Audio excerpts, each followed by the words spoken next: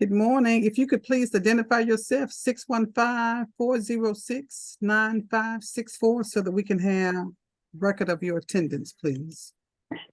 Vonda Graves with CASA. Hey, Vonda, how are you? I'm doing well. How are you? I'm doing well, thank you. Vonda, if you can be so kind to just put your information in the chat section for us, please, as one of our guests, it will be greatly appreciated. Well, I'm on the phone. Is that That's fine, Vonda. Judge Dalton, good morning. Good morning. How are you? Doing well. How are you this morning? I'm doing very well, thank you. Good deal. We'll wait just a couple more minutes or just a few moments. Okay.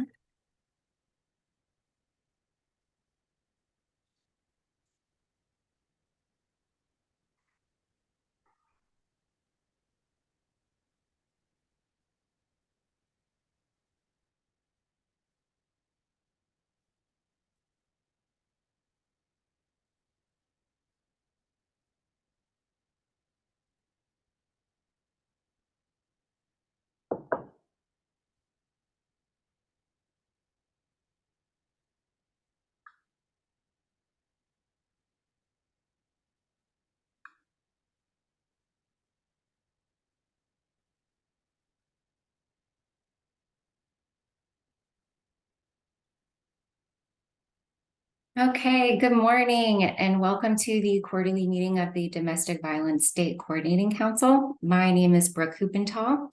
Today is Friday, September 8th, 2023, and it is approximately 10 a.m. Central Time. And just as a reminder to everyone, all of our meetings are recorded and then they're housed on the Tennessee Coalition's YouTube page. So today, I'd like to give a special welcome to our newest member, Judge Jenny Scott. She serves the Haywood County in the General Sessions and Juvenile Court. She is replacing Judge Vicki Snyder, and she is already committed to serving on the Training and Education Committee. So welcome, Judge Scott. We're very excited to have you. Do you want to share a little bit about yourself? I'm okay. I'm excited to be here, though. Thank you. Yeah, we're happy to have you. Well, thank you very much. Secretary Fox will now call the roll. Just a reminder, please unmute yourself and let her know that you're here by saying here or present. Very good. Thank you, Madam Chair. And if it's okay with you, Madam Chair, we do have Senator Wiley on for the first time, and we would like for him to introduce himself, if that's okay, please. Yes, of course, please. Yes. Well, thank you. I'm Paige Wiley. I'm state senator from Senate District number 26, which, by the way, Judge Scott is one of the judges that serves honorably in our district. Our district is the largest geographic one in the state. It comprises 8 counties: Haywood, where Judge Scott presides, Fayette, Hardeman, McNairy, Chester, Hardin, Wayne, and Lawrence. And I'm a clinical psychologist and have spent a professional career in the field of child and family counseling service. Used to be the commissioner of Department of Children's Services here in Tennessee. Actually, was the House sponsor of the legislation that created the department, and then served for many years directing all the social services for the state of Alabama before coming back to Tennessee, and just delighted to be home and serving in our Senate. So thank you for letting me be part of the coalition. We're so wonderful to have you. Thank you so much. Yes, it's an honor to have you as well. And thank you for all of your work and the wonderful things that you do, and for the creation of the council too. So now Secretary Fox will go ahead and she'll do the roll call. Very good. Thank you, Madam Chair. Vice Chair Bean, Melanie Bean. I'm here. Council Member Michelle Young. Okay. Council Member Curtis. Council Member Curtis. Council Member Dalton. Here. Thank you. Council Member Dorisha Davis. I'm here. Thank you. Council Member Sarah Davis. Sarah Davis. Assistant Secretary Dale Faulkner is running behind. She plans to join us a little later. Councilmember Farmer, Andrew Representative Farmer.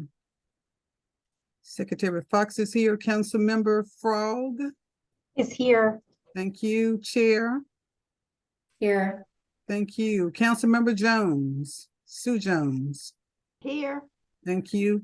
Councilmember Regina McDevitt has advised that she has a conflict in scheduling this morning and will not be able to join us. Councilmember McMillan. Here. Thank you. Councilmember Miller. Present. Thank you. Councilmember Parker. Here. Thank you. Councilmember Reynolds, D. Reynolds. D. Reynolds. Councilmember Reeves, Kendra Reeves. Councilmember Russell, Sheriff Ray Russell. Councilmember Scott. I'm here. Thank you. Councilmember Tate. Here. Thank you. Councilmember Van, Bobby Van. All right. Councilmember Wiley. Here. Very good. Thank you. Madam Chair, that concludes the official roll call. It does appear that Councilmember Reeves, Kendra Reeves, has just entered the room. Wonderful. Do we have a quorum? Yes, ma'am. A quorum has been established this morning. Thank you. Thank you. And also, Secretary Fox had emailed the minutes from our last meeting on August 28th, 2023. Does anyone have any corrections at this time that we need to make to the minutes? Okay, if there's no corrections, then the minutes are approved as they were distributed. Up next is the executive committee report, which I'll be giving. As a reminder, I serve as chair of the committee. Melanie Bean is our vice chair. Tina Fox is our secretary and treasurer, and Deb Faulkner is our assistant secretary and treasurer. This time, the executive committee, we meet quarterly to prepare for our general body meetings, and we met most recently on Friday, August 4th at 11 a.m., and we discussed several different items. First, we had an open discussion regarding attendance rates. To let you all know, we had sent letters notifying appointing agencies about their members' attendance, lack of attendance, and we wanted to emphasize how important attending these meetings are. Each and every one of us ensures that batters remain accountable. And at the end of the day, if we don't have a quorum, then we aren't able to vote, and that vote is postponed to the next meeting. And that means it's going to be another 3 months out, which is quite a while to wait. So truly, your attendance is not just for us and the council, but it's for Tennessee. And so we wanted to emphasize that. And we appreciate all of you. We're so happy that you showed up today. And we're really excited about this upcoming year that we have. We also discussed the BIP investigations, Secretary of State updates, and a new format for our quarterly meetings. And finally, we went through each of the committee's updates. For the Certification and Monitoring Committee, the council standards regarding the minimum number of weeks for BIPs changed from 24 weeks to 26. For the Training and Education Committee, we have a new roster of members, and these include Ashley Parker, Alana Tate, and Judge Jenny Scott. And finally, for the Emerging Issues and Order Protection Committee, to let you all know, there's a judicial conference. It's a DB panel discussion on October 18th that Secretary Fox is coordinating. And just for your awareness, Michelle Consiglio-Young, she's currently out on maternity leave. So this committee did not meet formally today to discuss our report. So we will not have a report to review. However, the committee will formally meet and present at the next quarterly meeting. Does anyone specifically to the Emerging Issues and Order Protection Committee, do you have any questions regarding that? And I guess generally, does anyone have any questions about the executive committee meeting?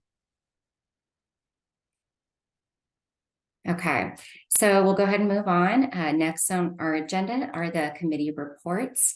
As a reminder, when making motions, please identify yourself so that our Madam Secretary can have an accurate account of who's making them, as well as all the second motions. And so we will now hear from the chair, Stacy Miller. Thank you, Madam Chair. We have several programs we can discuss today. Right now, we have 23 programs. Few minutes, we're going to bring programs to bring us to a 12:25. And then we have some recertification programs that are up for those recertifications. The first I'd like to speak on is Bowden Recovery Services in Smyrna. They serve Rutherford County. They have submitted all necessary paperwork, including their $200 payment for recertification. The committee reviewed all their paperwork and we discussed their program. The program was monitored virtually on July 11th by Tina Fox. And after discussion, the committee agreed to recommend Bowden Recovery Services for recertification. So we are requesting a motion from the council for recertification. This is Lena Frog, and I make that motion. Second, Melanie Bean. It's been moved and properly seconded. And with that, Madam Secretary, we are ready for a vote. Very good. Thank you.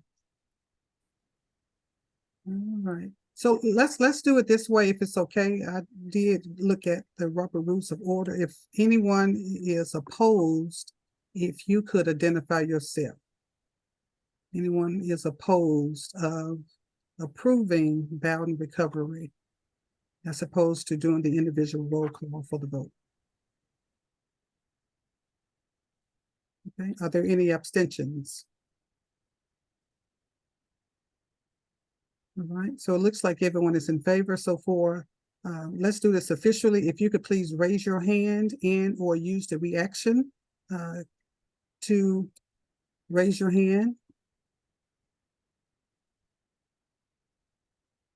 Very good. Thank you, Madam Chair. Thank you. The motion is approved.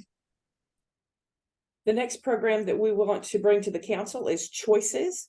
They're in Franklin, serving Williamson County. They have submitted all necessary paperwork, including the $200 payment for recertification. The committee reviewed their paperwork and we discussed it this morning. The program was monitored on July 6th by Ms. Fox. After discussion, the committee agreed to recommend Choices for recertification and request a motion from the council to do so. I make a motion to recertify Choices. This is Brooke Huppenthal, and I second. Right, so Sorry. It's been moved and properly seconded. And with that, Madam Secretary, we're ready for an account of everyone's vote. thank you, Madam Chair. All those in favor, please show by raising your hand. Very good. Thank you. Any opposition? Anyone opposing? Are there any abstentions? All right, Madam Chair, that concludes the official roll call for that particular vote. Perfect. And the motion is approved. The third program is Tennessee Community Counseling Services in Chattanooga, serving Hamilton County. They have submitted necessary documents, including their $200 payment for recertification. The committee reviewed the paperwork and discussed the program this morning. The program was monitored on July 21st by Ms. Fox. And after discussion, the committee agreed to recommend Tennessee Community Counseling for recertification, and we request a motion from the council to do so. Red McDonald move to approve. Melanie Bean, I second. It's been moved and properly seconded. And with that, we're ready for a vote. Thank you, Madam Chair. All those in favor, please show by raising your hand and or the reaction. Thank you. Anyone in opposition? Any abstention? Thank you, Madam Chair. That concludes the official roll call for that vote. Thank you. The motion is approved. Right. Lastly, for recertification, Time for Change. They're in Columbia. They serve Murray, Marshall, and Williamson counties. They've submitted all necessary documents, including their 200 payment for recertification. The committee reviewed their paperwork and discussed this morning. The program was monitored on July 22nd by Ms. Tina Fox. And after discussion, the committee agreed to recommend Time for Change for recertification and request a motion from the council to do so. This is Lena Frog, and I make that motion. Fred McMillan will second. It's been moved and properly seconded. And with that, Madam Secretary, we're ready for a vote. Thank you, Madam Chair. All those in favor, please show by raising your hand and or the reaction. Thank you. Any opposition? Anyone abstaining? Thank you, Madam Chair. That concludes the official roll call for that particular vote. Thank you. And the motion is approved. The next order for the committee is the new programs. We're really excited to be able to bring 2 new programs to you. As we've discussed in prior meetings, post-COVID, we've lost several programs. So seeing the uptick of those programs coming back and finding new programs has been really a positive thing for survivors across Tennessee. The first program I'd like to talk to you about is MJM Services. The owner of that program is Mary Jones. She is in Nashville serving Davidson County. She has submitted all necessary documents, including $200 payment for certification. The committee reviewed her paperwork and discussed it this morning. After discussion, the committee agreed to recommend MGM Services for original certification. And we request a motion from the council to certify her as a new program. Melanie Bean, so move. Lena second. Frog, and I second. Sorry. You're good, Lana. It's been moved and properly seconded. And with that, Madam Secretary, we're ready for a vote. Very good. Thank you, Madam Chair. All those in favor, please show by raising your hand and or the reaction. Very good. Thank you. Anyone in opposition? Any abstentions? Thank you, Madam Chair. That concludes the official roll call for MJM Services. Thank you. And the motion is approved. Her second program is Clean Inc., and they are in Memphis, serving Shelby County. They have submitted all necessary documents, including their 200 payment for certification. The committee reviewed their paperwork and discussed their program this morning. As discussion, the committee agreed to recommend Clean Inc. for certification, and we ask for a motion from the council to do so. I'll make a motion, Fred McMillan. Melanie Bean, second. It's been moved and properly seconded. And with that, Madam Secretary, we're ready for the vote. Thank you, Madam Chair. All those in favor, please show by raising your hand and or using the reaction. Thank you. Anyone in opposition? Any abstentions? Madam Chair, that concludes the official roll call for Clean Inc. Thank you. Thank you. And the motion is approved. Right, thank you. And that concludes our programs. So we're really excited. Those 2 new programs will bring us to a total number of 25 programs across the state of Tennessee. Next, we want to talk about the program investigation. In our last meeting, there was a program that had been submitted to us for an investigation for us to look into by Davidson County Judge Anna Escobar against Lighthouse Counseling Services in Nashville and Murfreesboro. They serve Davidson and Rutherford counties. An investigation commenced in July 31st, 2023, with concerns of Judge Anna Escobar, General Sessions Judge of Davidson County, the Domestic Violence Court, of the following. Lighthouse Mental Health Services, that the classes were not being held. They were being held every 2 weeks. Moves locations without telling clients, checks their workbook for attendance, then they leave, only accepts cash, won't email the probation officers on time, and the mental health evaluation concern.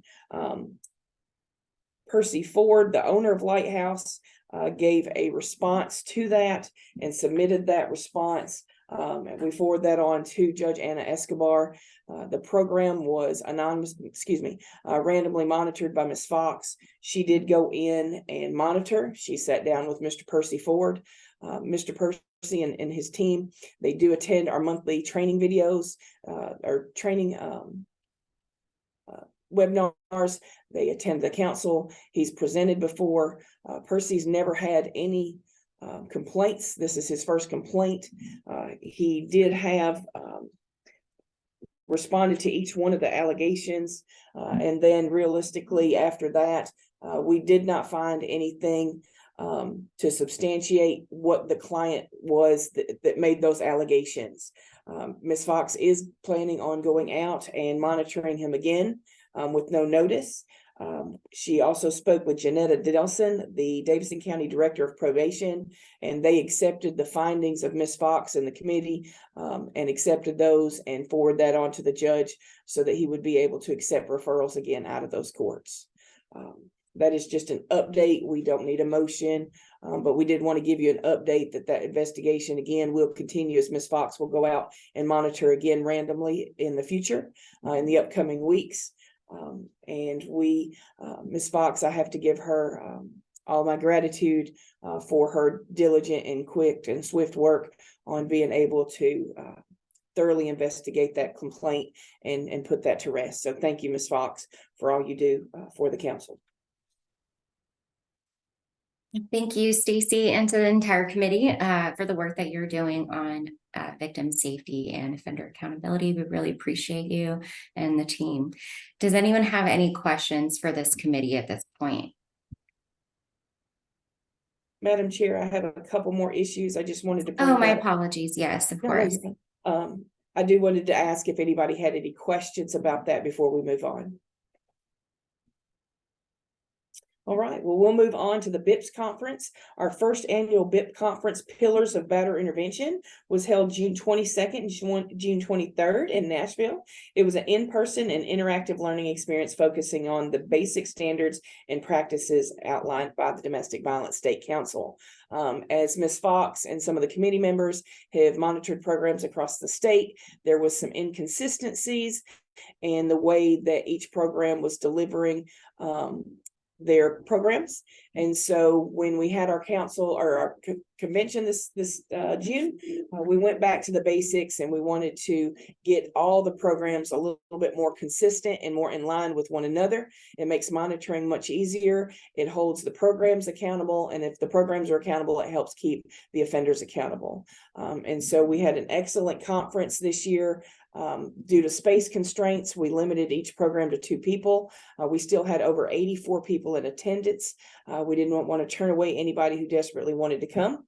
But throughout the 2-day conference, participants learned the framework specific to facilitation, best practices with emphasis on victim safety, opportunities for facilitating program with specific populations. We had Tina Fox as a presenter, Timothy Lee, Todd Conley on classroom safety. We had the district attorney's office from Davidson County present. We had Judge Robin Kimbrough Hayes speaking on a judge's perspective, and the training included discussions in group work and scenarios, practical applications, individual activities that was designed to be highly interactive with reliance upon participants as co-facilitators in discussing and learning. On day 1, there was 43 participants. On day 2, there was 41 participants with a total of 84 participants. The director of programs in Davidson County that I just mentioned earlier, and the director of victim services from the Tennessee Department of Corrections were in attendance and gave a better understanding of the important work of BIPS. And we really appreciate all of our presenters, all the work that the committee did to bring this conference to its avail. It was just an excellent conference. Ms. Frog was there again from the committee. I was there. Ms. Fox did an excellent job bringing in just some of the best speakers and best presenters, and they did an excellent job. So thank you again for all your work on that conference. It was really excellent. If there's no questions, I'm going to move on to the amendment of the BIP standards. According to Rule 0490-1.05-4, the structure of the Better Intervention classes, the Certification and Monitoring Committee is recommending to amend Part C, 24 class sessions, shall be the minimum number of classes to meet discharge criteria to reflect C 26 class sessions shall be the minimum. This is the rules. And so with this being said, We see judges across the state that are ordering 26 weeks. We see most of our programs are already using 26 weeks. A lot of times people are going to ask, what's the difference between 24 and 25? So I've been asked to explain this. For time constraint, I'm going to kind of go into micro machine mode and go pretty fast so you don't have to listen to me ramble too long. But when you get a participant that comes into the program, the first 5 weeks, they're in opposition. They're only there because the court has made them go there. They're not happy about being there. They're very oppositional. They're angry, and they're in this victim mentality themselves. The second 5 weeks, they're in the acceptance stage. They're still feeling the same way that they do in the opposition, but in the acceptance stage, what they're doing is they're sitting there saying, hey, I've got to be here because if I don't, I'm going to jail. The judge is going to put me back in jail if I don't do the program. So I'm just going to accept that I have to be here, even though I shouldn't be and I don't want to be. The next 5 weeks, they start to listen to the things that the other participants are saying, and they're realizing that, hey, some of this may pertain to them, but it's still not their fault. It's the other participants' problems. You know, even though it's recognizable, they still have not gotten the buy-in. It's not until about the 20th week that the actual participant gets some of the buy-in and actually allows the facilitators to hold them accountable, allows themselves to be held accountable, and actually starts to really get the abuse that they've inflicted on someone else. That's the point where they actually are open to change, where they're actually wanting to learn a different way. And so with that being said, that's why it's really important on this quantitative methodology report. They want to know, even sometimes in the data that Tina collects, when people drop out of the program, at what time and what week do they drop out of the program. And so when you realize that your participants are not really fully bought in and they're not really getting it until about week 20, and then your program is over at 24, then you've got 4 weeks realistically, and then you wonder why sometimes your batters go backwards. And so extending that an additional 2 weeks only lengthens the time that they're in the program to be able to stay in that stage where they're holding themselves accountable. But we also know by research that when batters are in programs like this and they're being observed by the judge, the DA, the court, the probation, and the community collaborating resources and programs out there, that the physical abuse decreases. So the longer that you can keep a particular individual in the program gives the victim safety, the victim services programs, the opportunity to continue to work with the victims and survivors to keep them safer and to help them safety plan. And if they are trying to make that move to leave that batter, of course, being oversaw by these programs make it much safer. And we do know that when a victim tries to leave, that's when it's the most lethal. So again, we want to ask the council to submit a motion to lengthen the rules to lengthen the program from 24 weeks to 26. Denise Scott, I make a motion to approve. I'll second. Greg McMillan. It's been moved and properly seconded. And with that, Madam Secretary, we are ready for a vote. Very good. Thank you, Madam Chair. All those in favor, please show by raising your hand and or using the reaction key.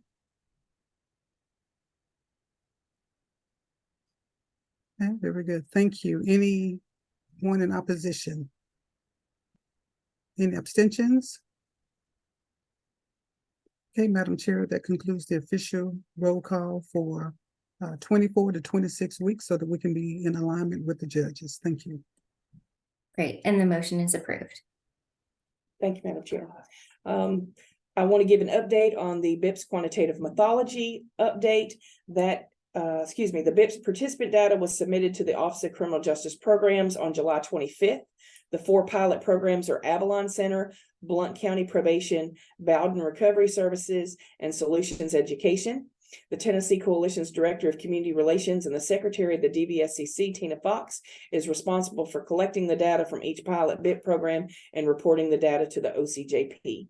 So each quarter, for those that are new, each quarter those 4 programs on this pilot are submitting information on their participants to Ms. Fox. Ms. Fox submits it to the OCJP, and we are following arrest records to see if they have refunded in the last 2 years to try to get a little bit more research on the effectiveness of BIPS.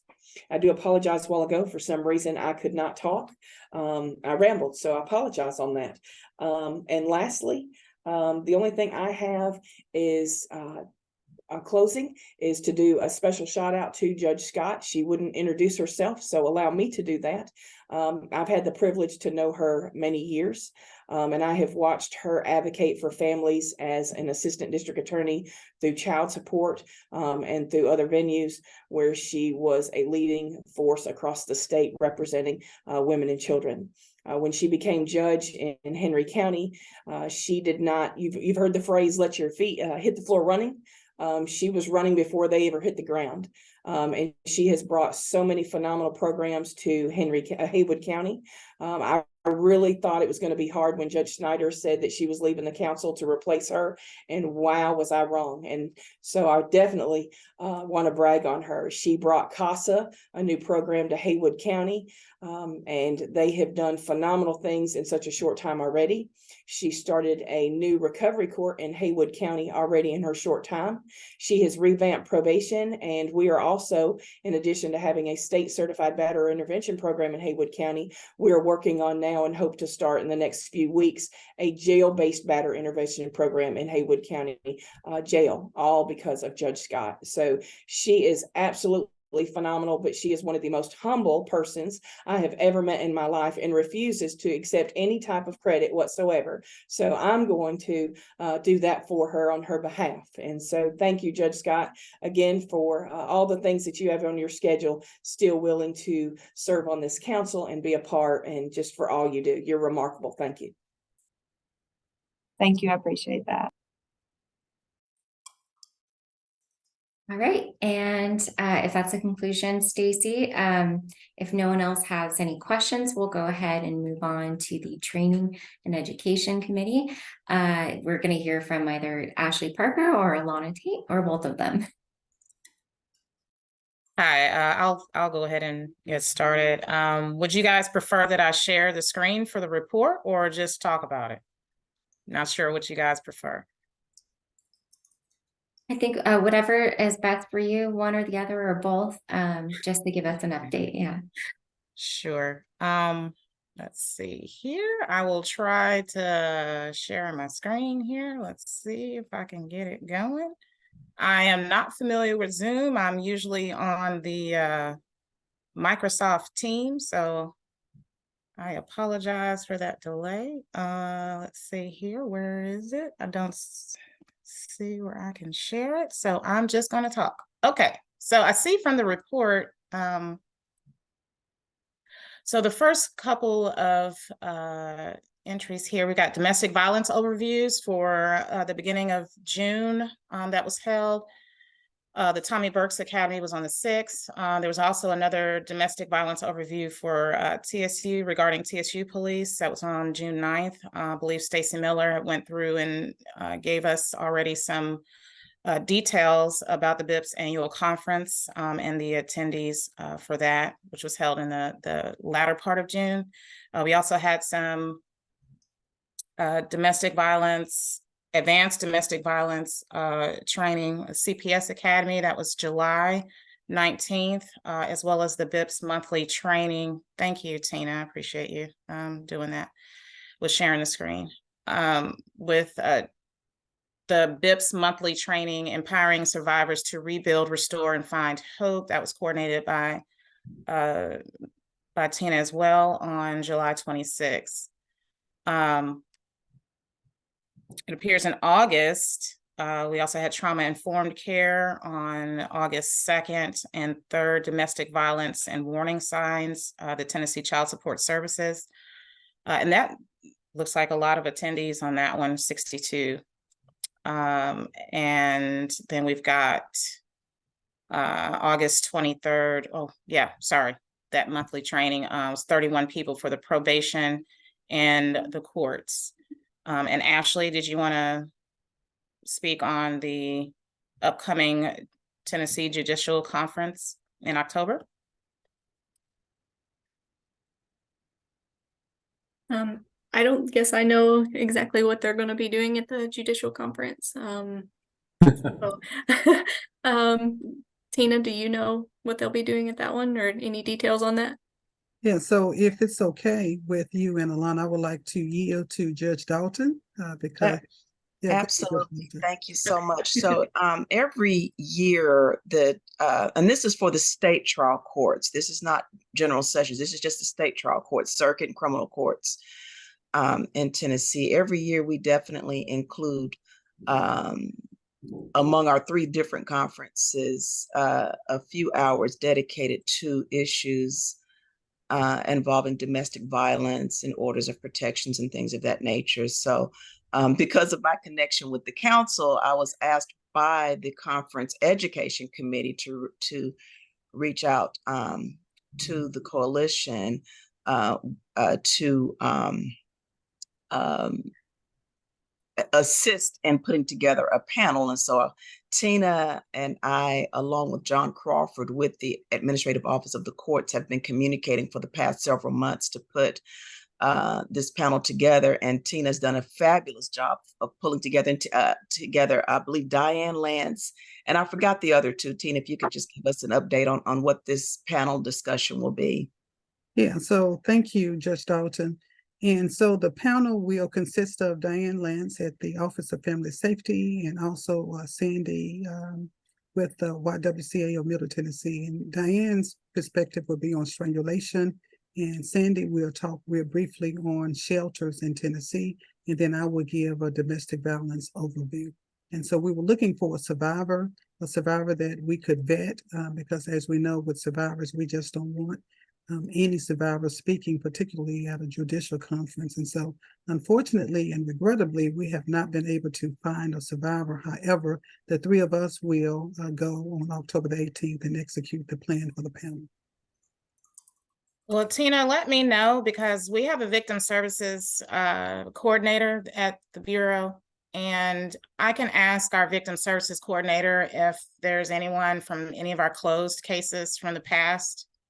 With that date, I'm not sure, but I can definitely, it doesn't hurt to ask and Sure. at least see if we can get some suggestions. Okay, very good, yes. And as long as it's a domestic violence survivor is the preference, please. Yes, ma'am. Thank you very much. All right, thank you. Thank Great. you. Thanks so much to the Training and Education Committee. Does anyone have any further questions for them? I would like to, Oh, go ahead. I'm sorry. I'm sorry. No, you go ahead. Thank you so much. I would like to ask if there have been ongoing training for the District Attorney's Conference. And I raised that question because I sometimes with some of the recommendations by the DAs that I get, I'm somewhat, I just have a concern and just curious as to the level of collaboration with the District Attorney's Conference across the state. Now I know Davidson County is a little different because the Davidson County DA's office does not attend the conferences. So I don't know if there's even a separate collaboration with the Davidson County's office to conduct trainings for the attorneys who are handling domestic violence related cases in the courts across the state. Sue Jones raised her hand on that one. She's muted herself though. You're muted.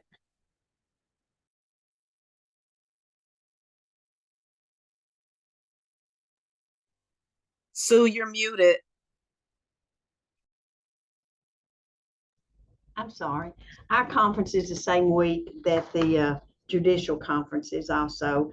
I was looking on the agenda that I have been provided, and it looks as if we have one breakout that's just dealing with difficult victims. Let me see if we have, I know we have Joanne Sheldon from the 4th Judicial District. She's going to come and talk in one of the sessions, the breakout sessions on domestic violence.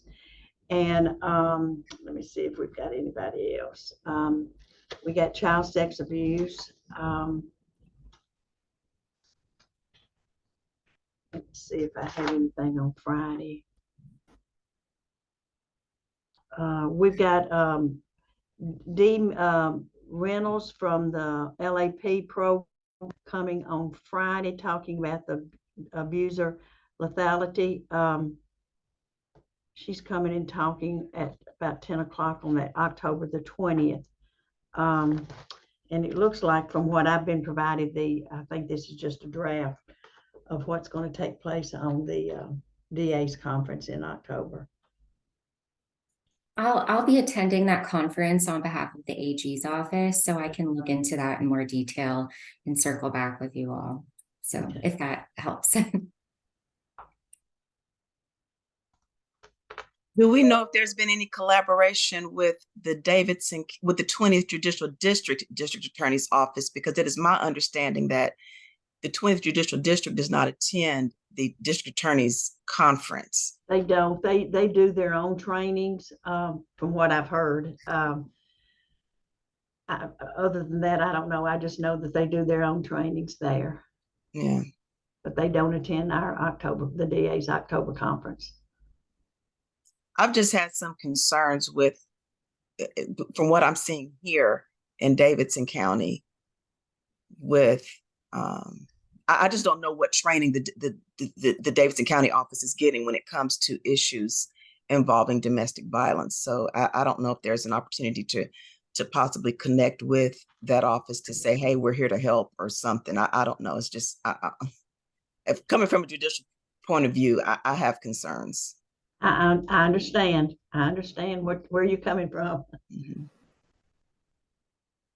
Well, we'll definitely make note of that, Judge Dalton, and we'll explore it. I understand your concerns, and we'll look into it. I think it's a great idea, and I think it's something we should definitely explore. So I think, thank you. Judge, have you spoken with Susan Taylor down there? No. Yeah. Let me check with her, and I'll get back with Brooke or Tina and let them know if they have the DV trainings within the office. But let me talk with her and see what kind of trainings they have regarding domestic, because I know she's the director over that division. So let me see what I can find out, and I'll let either Brooke or Tina know what I found out. And Okay. Brooke, I'm happy to assist in making some connections with the District Attorney General's office in Davidson County to see if we can get some feedback on Judge Dalton's concerns. I don't practice as much in Davidson anymore as I used to, or some of my colleagues, but let me see what I'm happy to assist you with that as well, and we can get back and circle back with the judge. Thank you, Melanie. I appreciate it. Okay, are there any other questions for the Training and Education Committee? Okay, so the next part will discuss our proposed meeting dates for next year. They're all on a Friday. We have March 1st, 2024, June 14th, 2024, September 13th, and December 6th. Does anyone have any questions about these dates or concerns? Okay, then at this time, I'm going to ask if anyone could move to accept the proposed meeting dates. So move, Melanie. This is And do we Lena, have- second. Thank you so much. The dates have been moved and properly seconded. All in favor, please raise your hand if that's all right, Tina or Secretary Fox. Okay. And all who oppose? Is anyone abstain? Okay, the motion passes and the proposed dates are approved. As a reminder, our final quarterly meeting is on Friday, December 1st, 2023 at 10 a.m. Secretary Fox will send Zoom invites and materials in preparation for that meeting. And now we have final announcements by Secretary Fox. Thank you, Madam Chair. Real briefly, just wanted to give everyone an update that we have been having orientation with our new members, new council members, and orientation has gone extremely well. And Senator Whatley, if you would like to receive the orientation information, please let me know. I know that you're off for the summer, and so this would be a good time for us to get together if it's okay with you, please, sir. That would be fine. Yes, sir. Very good. I'll reach out to you and reach out to your office. Thank you. Thank you. Secondly, just wanted to give everyone an update regarding the Secretary of State's office. All the information has been updated and completed and sent to the Secretary of State's office. And so if you have not been able to go out there and see your information, I'm going to put the link in the chat so that you can be able to do so. I just wanted to make sure that everyone know that we are responsible for keeping everyone's information updated through the Secretary of State's office, because this is an official board by the governor's office. And we have to submit a governor's report annually as well. And then lastly, just wanted to announce that we have at this point about 4 new battle intervention programs on the horizon. And Stacy has already pretty much noted that during the pandemic, classes and or programs were horrifically affected, just like most things. And so now that we are coming out of this pandemic, we have 4 new programs, potentially 4 new programs. I'm meeting with one next week. And so hopefully when we get back together in December, we could have potentially 4 new programs. So just wanted to make you all aware of that. And then lastly, anytime you all would like to observe any of the classes, that is your right.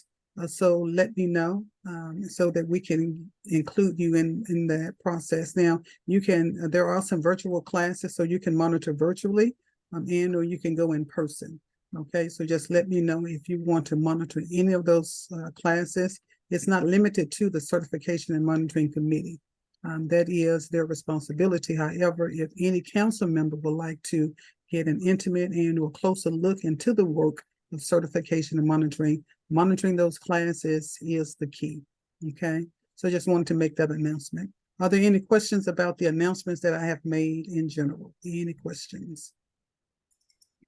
I don't have any questions, but I did want to provide the opportunity if you guys have 5 more minutes. I just figured out how to share my screen, and I wanted to take you guys to the Bureau's website so that you could get access to statistics regarding domestic violence across the state, as well as all the other drug task force, police departments, judicial districts. So if you don't have any other business, then I can go ahead and get started on that whenever you're ready, Tina. Yes, I'm ready. If that's okay with you, Madam Chair. Yes, perfectly fine. Thank you. Okay, thank you. So let me just share real quick. Here we go. Let me know if you guys see it. Yes. Okay, so here we go. Here's the home page. So whenever you're just kind of looking for stats, you can go to here, which is TBI divisions, scroll down to CJIS division. And then here on the left, you will see Crime Insight, as well as also publications. So there's 2 different ways that you can view your stats and information. You can click on Crime Insight. And on Crime Insight, when you scroll down, this box right here is a link, and it says click the link below to get started. You would click on that link. And then here's the actual place where you can pull up, you know, any of your stats. So select jurisdiction, you can have all of Tennessee. You've got the different DTFs or drug task force, the police departments, etc. So if I just click on Tennessee here and select the year, we can go with 21. And then let's see, select theme.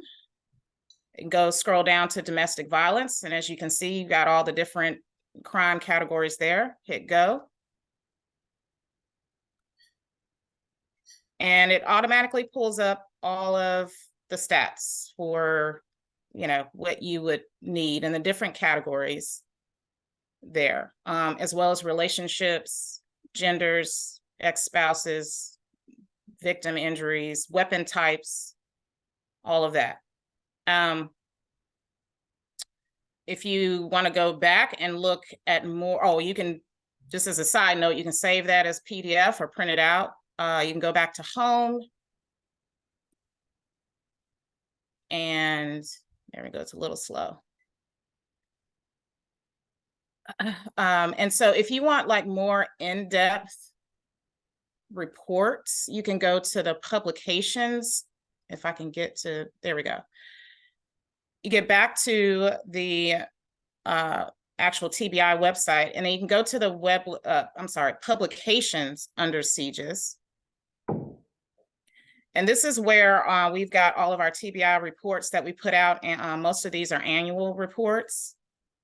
There's all different kind of categories, as you can see, but there's also domestic violence if you continue to scroll down, and it gives you all of the previous years as well. So if I click here, let's see, well, they got their 2021 report out here. I click on that.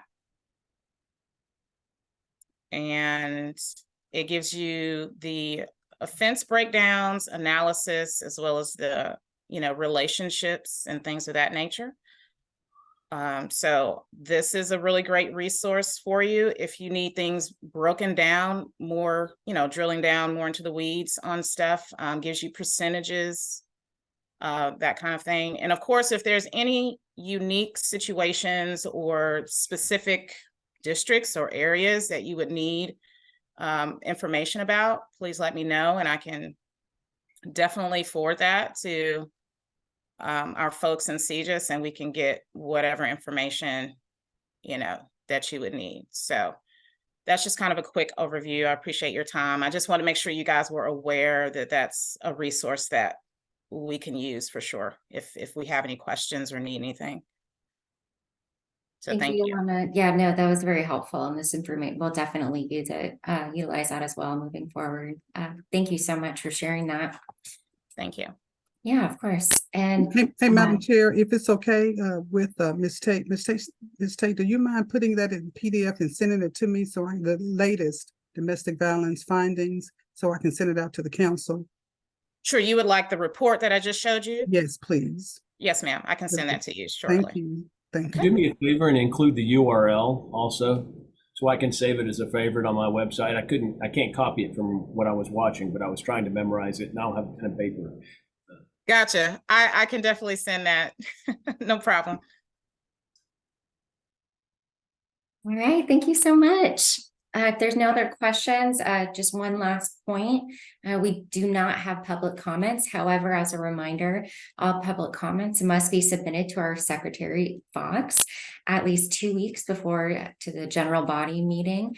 Madam Secretary, can you confirm just in case that there are no public comments at this time? That is correct. No public comments have been received. Thank you. Okay, perfect. And are there any further questions from any council members or any general comments? Okay. Well, thank you again for your time this morning and all the important work that we all do for Tennessee. And this meeting is officially adjourned at 10:52. Thank you so much.